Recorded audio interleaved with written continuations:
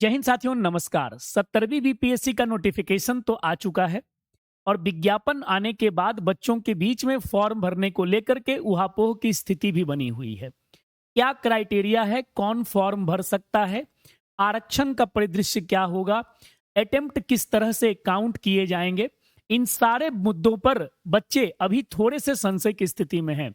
तो उन सभी संशय का समाधान करने के लिए मैं इस वीडियो को लेकर के आपके सामने मौजूद हूं, जिसमें मैं हर एक पहलू की बात करूंगा कि बीपीएससी को लेकर के जो आपको अभी फॉर्म भरना है उसमें कौन कौन सी प्रक्रियाओं का पालन किया जाएगा।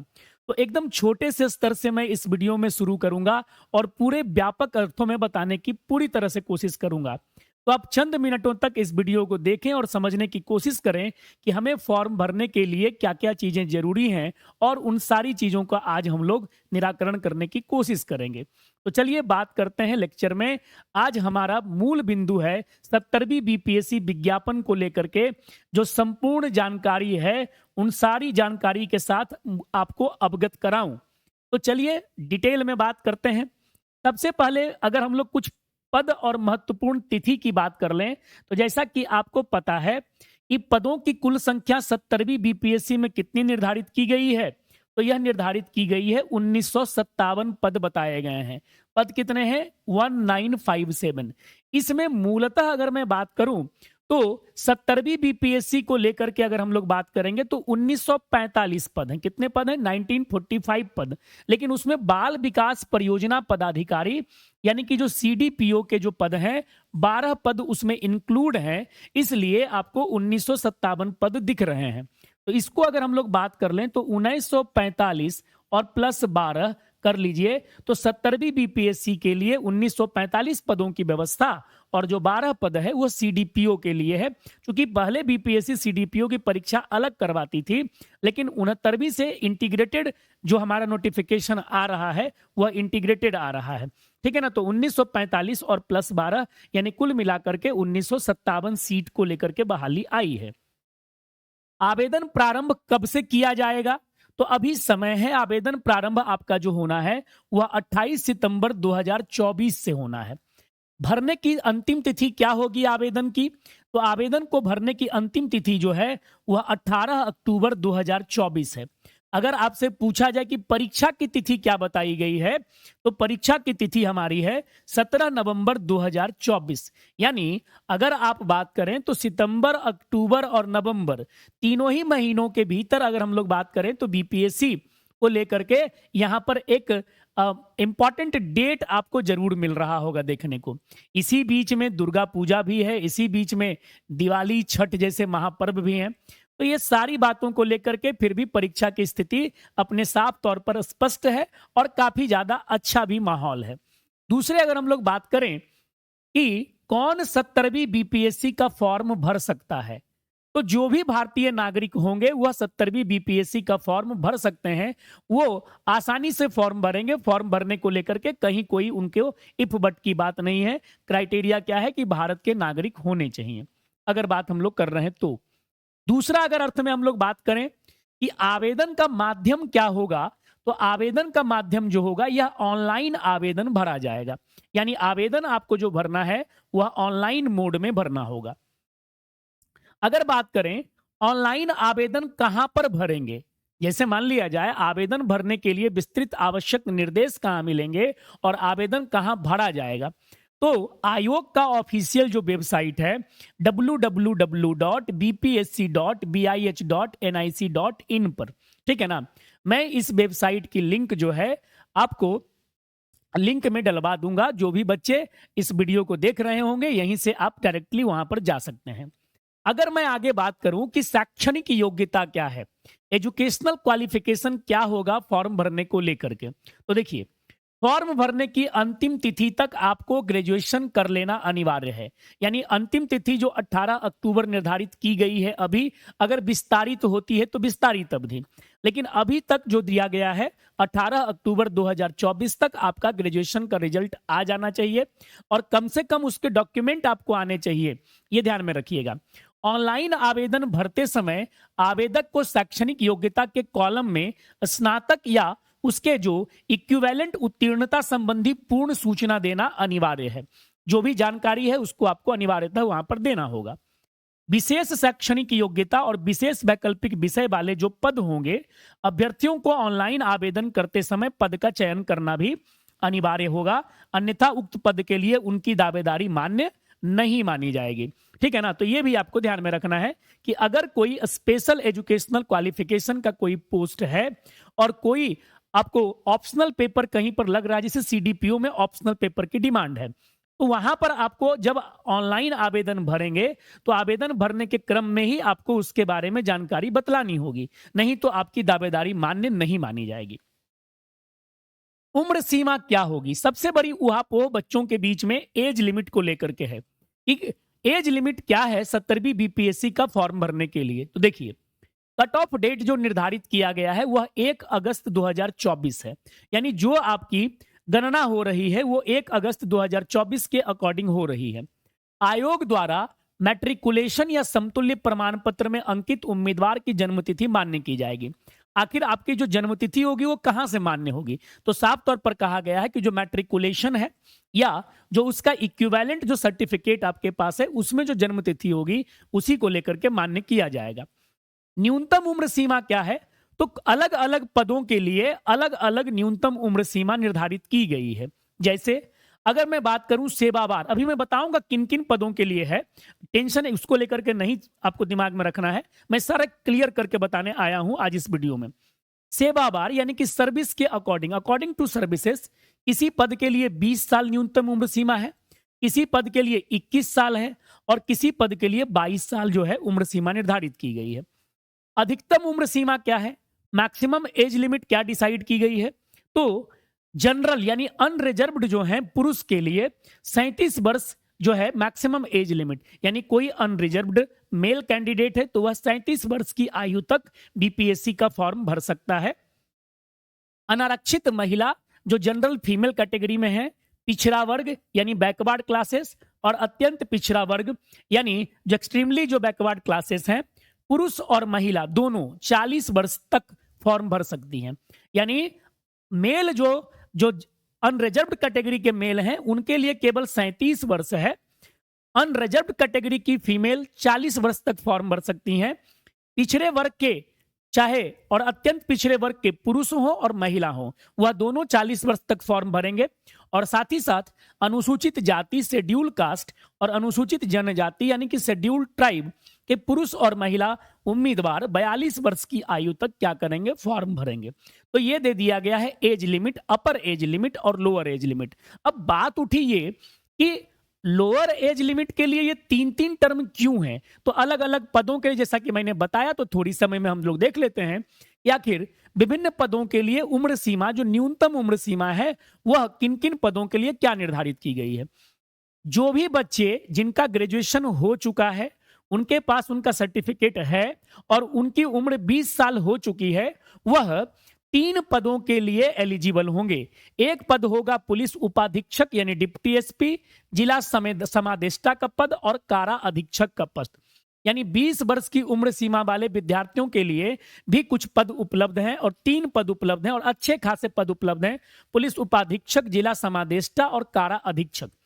वैसे विद्यार्थी जो स्नातक कर चुके हैं और 21 वर्ष की उम्र सीमा उनकी हो चुकी है, उनके लिए कुछ और पद जुड़ जाते हैं, जैसे सहायक योजना पदाधिकारी, अपर जिला परिवहन पदाधिकारी, नगर कार्यपालक पदाधिकारी, ग्रामीण विकास पदाधिकारी, राजस्व अधिकारी और समकक्ष उनका जो है फिर श्रम प्रवर्तन पदाधिकारी, प्रखंड पंचायती राज पदाधिकारी, आपूर्ति निरीक्षक, प्रखंड अनुसूचित जाति एवं अनुसूचित जनजाति कल्याण पदाधिकारी और बाल विकास परियोजना पदाधिकारी। मतलब इन पदों पर न्यूनतम उम्र सीमा जो आपकी निर्धारित की गई है वह 21 वर्ष निर्धारित की गई है। अगर 22 वर्ष की उम्र सीमा की बात करें, अगर आपको एसडीएम बनना है तो 22 वर्ष कम से कम न्यूनतम उम्र सीमा चाहिए। यानी अनुमंडल पदाधिकारी, जिसे हम यहाँ पर सब डिविजनल मजिस्ट्रेट के नाम से जानते हैं, एसडीएम के नाम से जानते हैं, या वरीय उप समाहर्ता, राज्य कर सहायक आयुक्त के पद, अवर निबंधन या संयुक्त अवर निबंधन का पद, अवर निर्वाचन पदाधिकारी का पद, बिहार शिक्षा सेवा के पद, सहायक निदेशक सामाजिक सुरक्षा कोषांग का पद, सहायक निदेशक दिव्यांगजन सशक्तिकरण कोषांग का पद, सहायक निदेशक बाल संरक्षण सेवा का पद, जिला अल्पसंख्यक कल्याण पदाधिकारी का पद, इक पदाधिकारी का पद, नियोजन पदाधिकारी या जिला नियोजन पदाधिकारी का पद और प्रखंड अल्पसंख्यक कल्याण पदाधिकारी के पदों के लिए न्यूनतम उम्र सीमा 22 वर्ष निर्धारित की गई है। तो सभी बच्चे जिनकी मिनिमम एज 20 साल है उनके लिए भी पद निर्धारित हैं। जिनकी 21 वर्ष तो उनके लिए 20 साल वाला पद भी जुड़ जाएगा और 21 साल वाला तो है ही, और जो 22 साल वाले हैं वह तीनों के सारे पद भरेंगे। ठीक है ना, यानी अगर हम लोग बात करें 21 वर्ष वाला तो 20 वर्ष वाले पदों को भी भरेंगे और 22 वर्ष वाले तीनों के पदों को भरेंगे। केवल 20 वर्ष वाले बच्चों के लिए 3 पद है, डिप्टी एसपी, जिला समादेष्टा और कारा अधीक्षक के पद। तो ये आपको न्यूनतम जो एज लिमिट दिया गया है अलग अलग पदों के लिए, उसके बारे में जानकारी यहां पर मैंने बता दी। अब आता है अवसरों की सीमा क्या है। आखिर जो कोई व्यक्ति फॉर्म भर सकता है, कितने टाइम तक भर सकता है। अवसरों की सीमा जो है असीमित है। नॉर्मल अगर कोई गवर्नमेंट जॉब में बिहार का नहीं है तो वो क्या कर सकता है, जितना जो एज लिमिट है, कैप जो लास्ट एज लिमिट है, अपर एज लिमिट, उस अपर एज लिमिट के कैप तक जितनी मन चाहे उतने बार फॉर्म भर सकता था। और अभी भी ये नियम है असीमित। लेकिन बिहार सरकार के सरकारी सेवकों के लिए इसमें बदलाव है। तो आप में से जो भी बिहार सरकार के सरकारी सेवक इस चीज को देख रहे हैं, इस पर ध्यान से देखिएगा। तो बिहार सरकार के सरकारी सेवकों के लिए अवसरों की सीमा क्या है। देखिए, सबसे पहली बात, सेवा में आने से पहले आपने कितनी बार बीपीएससी का फॉर्म भरा है उससे कोई मतलब नहीं है। यहां बात साफ तौर पर हो रही है सेवा में आने के उपरांत। जब सेवा में आपकी सर्विस शुरू हो गई तो उसके बाद उनकी पूरी सेवा अवधि में आयोग द्वारा आयोजित प्रतियोगिता परीक्षाओं में सम्मिलित होने के लिए अलग अलग अधिकतम कुल 5 अवसर ही अनुमान्य होंगे। जो विभिन्न आयोग हैं बिहार के भीतर, चाहे वो बिहार लोक सेवा आयोग हो, चाहे वो हमारा कह सकते हैं कि बीएसएससी हो, स्टाफ सिलेक्शन कमीशन हो, तो अलग अलग आयोग द्वारा अधिकतम कुल 5 अवसर आपको दिए जाएंगे। ये ध्यान रखना है, 5 अवसर मिले हैं। उपर्युक्त निर्धारित 5 अवसरों की गणना संकल्प निर्गत होने की तिथि के बाद से प्रारंभ होगी और साफ तौर पर लिख दिया गया है आपने पूर्व में जो उपभोग किया है ऐसे अवसरों का, उसकी उपेक्षा की जाएगी। यानी सेवा में आने के बाद और जब से सरकार ने नोटिफिकेशन लाया है तब से यह क्या होगा, 5 अवसर काउंट होंगे। बिहार सरकार के सरकारी सेवकों को प्रतियोगिता परीक्षाओं में भाग लेने के लिए नियमित नियुक्ति हेतु निर्धारित अधिकतम आयु सीमा में 5 वर्ष की छूट पूर्ववत अनुमान्य होगी। जो बिहार सरकार के सेवक हैं जिनका सर्विस पीरियड क्या हो चुका है, डिसाइड हो चुका है कि भाई नहीं चलिए इनका सर्विस पीरियड फुलफिल हो गया है, अब वो क्या है 5 वर्ष की छूट उनको अनुमान्य होगी। परंतु उक्त आयु सीमा की छूट की अवधि में प्रतियोगिता परीक्षा में शामिल होने की अनुमति तभी दी जा सकेगी जब उनके द्वारा तब तक अधिकतम 5 अवसरों का उपभोग नहीं किया गया हो। ये तभी मिलेगा जब तक आपने 5 अवसरों का उपभोग नहीं किया हो। अगर मान लिया जाए आपका सर्विस पीरियड यहां पर ठीक है, हो गया एडजस्ट, क्लियर हो गया कि हाँ चलो भाई ठीक है, परमानेंट के तौर पर जो सर्विस पीरियड की बात आती है शुरुआत के 2 सालों 3 सालों के भीतर की, अब उसमें के बाद भी अगर आपने उसी पीरियड में 5 अवसर उपभोग कर लिए हो कुछ समय पहले, तो ये 5 साल की छूट आपको फिर नहीं मिलेगी, क्योंकि फायदा ही नहीं, क्योंकि आपके पास अटेम्प्ट बचेगा ही नहीं। ठीक है ना, तो ये ध्यान में रखना है। आरक्षण, ये सबसे बड़ी बात है। आरक्षण को लेकर के क्या डॉक्यूमेंटेशन चाहिए बच्चों के बीच में, इसको लेकर के उहापोह तो रहता ही रहता है। अच्छे से इस बिंदु पर देखिएगा। आरक्षण का लाभ राज्य सरकार के प्रचलित आरक्षण नियमों के अनुसार और राज्य सरकार के सक्षम स्तर से निर्गत प्रमाण पत्र के आधार पर ही देय होगा। जो राज्य सरकार का अपना स्टैंडर्ड है, अपना सर्टिफिकेशन है, उसके अकॉर्डिंग। ऑनलाइन आवेदन पत्र में इंगित कॉलम में अगर आप आरक्षण का दावा नहीं करेंगे तो भले ही आप आरक्षित कैटेगरी में हो, आपको आरक्षण का लाभ नहीं मिलेगा। तीसरा बिंदु, जाति के आधार पर आरक्षण का लाभ उन्हीं उम्मीदवारों को मिलेगा जिनका स्थायी निवास बिहार राज्य में है। यानी अगर हम कास्ट बेस्ड बात करेंगे रिजर्वेशन की, तो उन्हीं को इसका लाभ मिलना है जिनका अस्थायी निवास बिहार में है, यानी जो बिहार के परमानेंट रेसिडेंट हैं। ठीक है ना, जो जिनके पास डोमिसाइल बिहार का है उनको ये मिलेगा, ये ध्यान रखिएगा। अर्थात जो बिहार के मूल वासी हैं, बिहार राज्य के बाहर के निवासी अभ्यर्थी को आरक्षण का लाभ दे नहीं होगा। क्लियर बता दिया गया है। आवेदन में दिया गया स्थायी पता ही आरक्षण के प्रयोजन के लिए स्थायी निवास अनुमान्य होगा और उक्त आरक्षण के लिए उम्मीदवारों को अस्थायी आवास प्रमाण पत्र प्रस्तुत करना अनिवार्य होगा। इसीलिए आपको क्या मांगा गया है, परमानेंट डोमिसाइल सर्टिफिकेट की डिमांड की गई। अनुसूचित जाति और अनुसूचित जनजाति के उम्मीदवारों को निम्नांकित प्रमाण पत्र जमा करना अनिवार्य होगा। अब देखिए, जो शेड्यूल कास्ट, आप में से जो भी बच्चे मेरे वीडियो को देख रहे हैं और जो शेड्यूल कास्ट और शेड्यूल ट्राइब ग्रुप से जुड़े हुए हैं, उनके लिए ध्यान रखिएगा, आपको कौन कौन सा डॉक्यूमेंट चाहिए। आपको चाहिए जाति प्रमाण पत्र, यानी अनुसूचित जाति के हैं तो अनुसूचित जाति का जाति प्रमाण पत्र, और जनजाति के हैं तो अनुसूचित जनजाति का जाति प्रमाण पत्र, ये होना चाहिए 18 अक्टूबर 2024 से पहले का, ये ध्यान रखिएगा। अस्थाई निवास या मूल निवास यानी डोमिसाइल आपके पास होना चाहिए, अंतिम जो तिथि निर्धारित की गई है उससे पहले का, ये पॉइंट ध्यान में रखना होगा। दूसरा, अगर पिछड़ा वर्ग और अत्यंत पिछड़ा वर्ग की बात करते हैं तो उनके लिए क्या क्या चाहिए डॉक्यूमेंटेशन, क्रीमी लेयर रहित प्रमाण पत्र जमा करना अनिवार्य होगा, यानी नॉन क्रीमी लेयर सर्टिफिकेट, जिसको हम एनसीएल के नाम से जानते हैं। पिछड़ा वर्ग एवं अत्यंत पिछड़ा वर्ग की दशा में अपने अस्थायी अधिवास अंचल के राज्य सरकार द्वारा अधिसूचित अंचल पदाधिकारी या राजस्व पदाधिकारी, क्लियर कर दिया गया है, अंचल पदाधिकारी या राजस्व पदाधिकारी द्वारा निर्गत क्रीमी लेयर रहित प्रमाण पत्र और अपने अस्थायी अधिवास अंचल के राज्य सरकार द्वारा अधिसूचित अंचलाधिकारी द्वारा निर्गत अस्थायी निवास पत्र मान्य होगा। दोनों प्रमाण पत्र क्या होंगे, मान्य हो जाएंगे। आरक्षण का दावा करने वाली विवाहित महिला, अब ध्यान रखिएगा, आप में से जो भी महिलाएं विवाहित हैं और जो आरक्षण का दावा करने जा रही हैं, उनके लिए बड़ा ये स्पष्ट न्यूज है, वो देखिएगा। महिलाओं का जाति या क्रीमी लेयर रहित प्रमाण पत्र उनके पति के अनुसार से नहीं, उनके पिता के नाम एवं पता से निर्गत होना चाहिए, कि ना कि उनके पति के नाम से। अगर आप में से जो भी विवाहित महिलाएं हैं और जो भी आरक्षण का दावा करने जा रही हैं, उनके पास ध्यान रखना है कि जो जाति का प्रमाण पत्र है, एनसीएल है, वो अपने फादर के नाम से आपके पास बना होना चाहिए। अगर आपने नहीं बनाया है तो बना लीजिए, क्योंकि हस्बैंड के बेस पर आपका उस पर कंसीडर नहीं किया जाएगा। उपर्युक्त आरक्षण संबंधी सभी प्रमाण पत्र आयोग कार्यालय में सत्यापन के समय मूल रूप से अगर प्रस्तुत नहीं करिएगा तो आरक्षण का लाभ लास्ट में दे नहीं होगा, उसका प्रॉफिट आपको बाद में भी नहीं मिलेगा।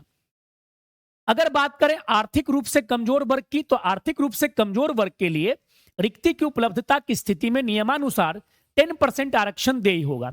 जो ईडब्ल्यूएस रिजर्वेशन 10% दिया गया है वो तो है ही है। अब ध्यान रखिएगा, आप में से जो भी बच्चे ईडब्ल्यूएस ग्रुप से जुड़े हुए हैं उनके बारे में जो बताने जा रहा हूं उसको अच्छे समझना है।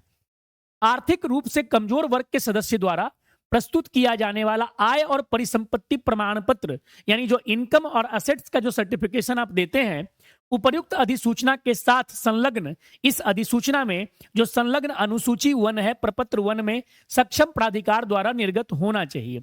मतलब जो फॉर्मेट दिया गया है उसी फॉर्मेट में जो प्राधिकार है, अथॉरिटी है, उसके द्वारा जारी होना चाहिए। आरक्षित कोटि के उम्मीदवार अपनी जाति के अनुरूप पूर्ण रूप से संतुष्ट होने के बाद ही आरक्षण कोटि का अंकन ऑनलाइन आवेदन के संबंधित कॉलम में करेंगे। मतलब आप अपनी जाति के बारे में पहले से क्या हो जाएं कि संतुष्ट हो जाएं कि हमारी कौन सी जाति का नाम जो है उसमें दर्ज है आरक्षण की लिस्ट में, ठीक है ना। तो उसी नाम को आप क्या भरेंगे, कॉलम में भरेंगे। आवेदन भरते समय उनके पास आरक्षण कोटि के अनुरूप सक्षम प्राधिकार से निर्गत प्रमाण पत्र उपलब्ध होना अनिवार्य होगा। देखिए यही बात बोली जा रही है यहां पर, आप समझिएगा। आवेदन भरते समय जब आप ऑनलाइन आवेदन भर रहे हैं, ये नहीं कि लास्ट में डॉक्यूमेंट वेरिफिकेशन के समय, ऑनलाइन आवेदन भरते समय उनके पास आरक्षण कोटि के अनुरूप, जिस आप रिजर्वेशन कैटेगरी में हैं उनके अनुरूप जो सक्षम प्राधिकार है, जो अथॉरिटी है, उससे निर्गत प्रमाण पत्र उपलब्ध होना अनिवार्य होगा। उसी समय आपके पास होना चाहिए, अंतिम तिथि के पहले, यानी 18 अक्टूबर 2024 के पहले का आपके पास होना चाहिए। किसी प्रकार की त्रुटि होने पर आरक्षण का दावा मान्य नहीं होगा। ये हो गया। अब जो हमारे दिव्यांग भाई बहन हैं, दिव्यांग पर्सन्स विथ बेंचमार्क डिसेबिलिटी को रिक्ति की उपलब्धता की स्थिति में नियमानुसार 4% क्षैतिज आरक्षण देय होगा। दिव्यांगों के लिए 4% क्षैतिज आरक्षण की बात की गई है। ऐसे आरक्षण का दावा करने की स्थिति में राज्य के किसी भी सरकारी चिकित्सा महाविद्यालय एवं अस्पताल से निर्गत अथवा परामर्शित संपुष्ट दिव्यांगता प्रमाण पत्र औपबंधिक रूप से मान्य होगा। राज्य सरकार का कोई भी सरकारी चिकित्सा महाविद्यालय है, उनके सर्टिफिकेशन से क्या होगा, यह वैलिड माना जाएगा। महिलाओं की रिक्ति की उपलब्धता की स्थिति में नियमानुसार 35% क्षैतिज आरक्षण देय होगा। ध्यान रखना है, महिलाओं को 35% आरक्षण देय होगा। राज्य के वैसे स्वतंत्रता सेनानी जिन्हें केंद्र द्वारा पेंशन स्वीकृत है कि पोता पोती नाती नतिनी को रिक्ति की उपलब्धता की स्थिति में नियमानुसार 2% क्षैतिज आरक्षण देय होगा। और ऐसे आरक्षण का दावा करने वाले अभ्यर्थियों के पास आवेदन करते समय अपने गृह जिला के जिला पदाधिकारी या उनके द्वारा प्राधिकृत जो भी पदाधिकारी हैं के हस्ताक्षर से निर्गत प्रमाण पत्र निश्चित रूप से उपलब्ध होना चाहिए। मतलब आपका जो फ्रीडम फाइटर के आप पोता पोती नाता नाती नतिनी है, उसका क्या होना चाहिए, आपके पास सर्टिफिकेशन होना चाहिए।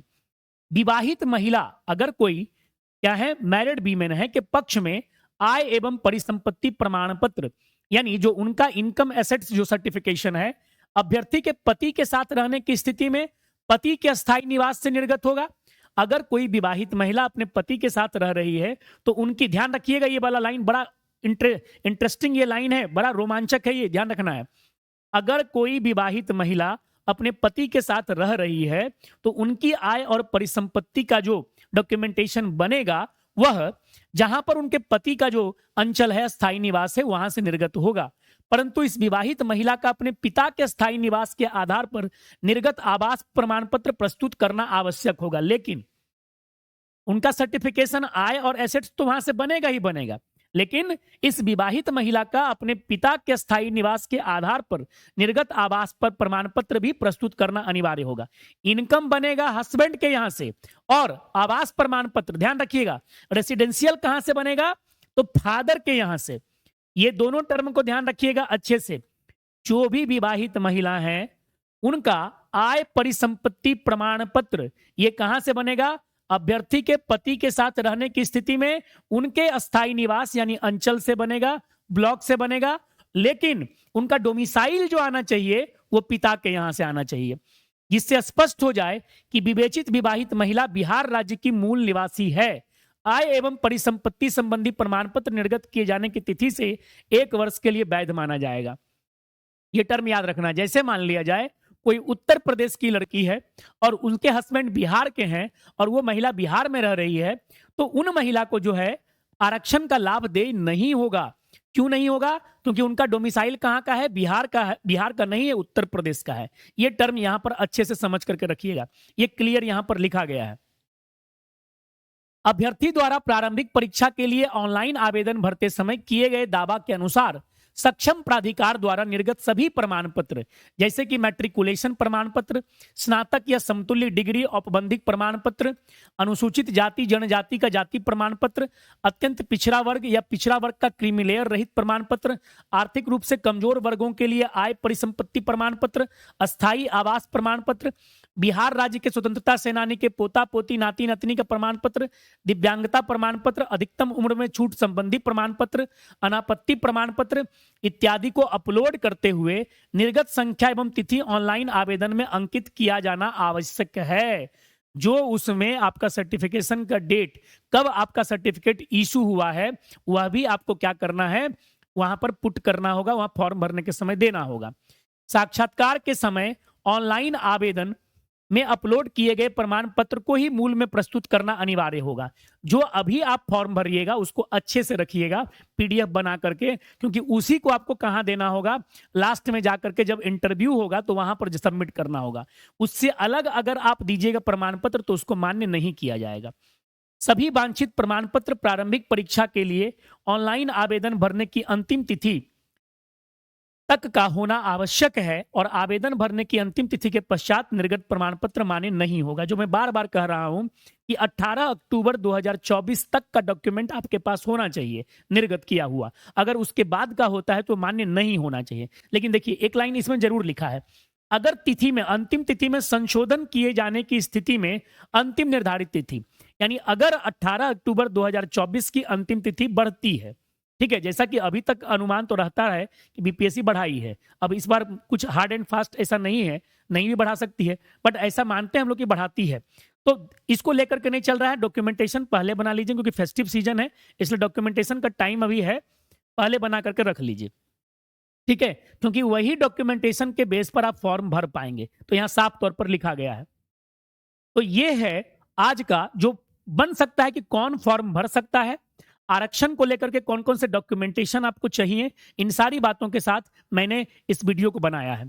अब एक वीडियो और इस पर लाया जाएगा मेरे द्वारा कि भाई किस तरह से आपको बीपीएससी का फॉर्म आप भर पाएंगे, कि स्टेप बाय स्टेप बीपीएससी का फॉर्म भरने की पूरी प्रक्रिया को मैं एक अलग वीडियो में आपको बताऊंगा, समझाऊंगा। तो आज के लिए इतना ही। उम्मीद है वीडियो आपको जरूर पसंद आया होगा।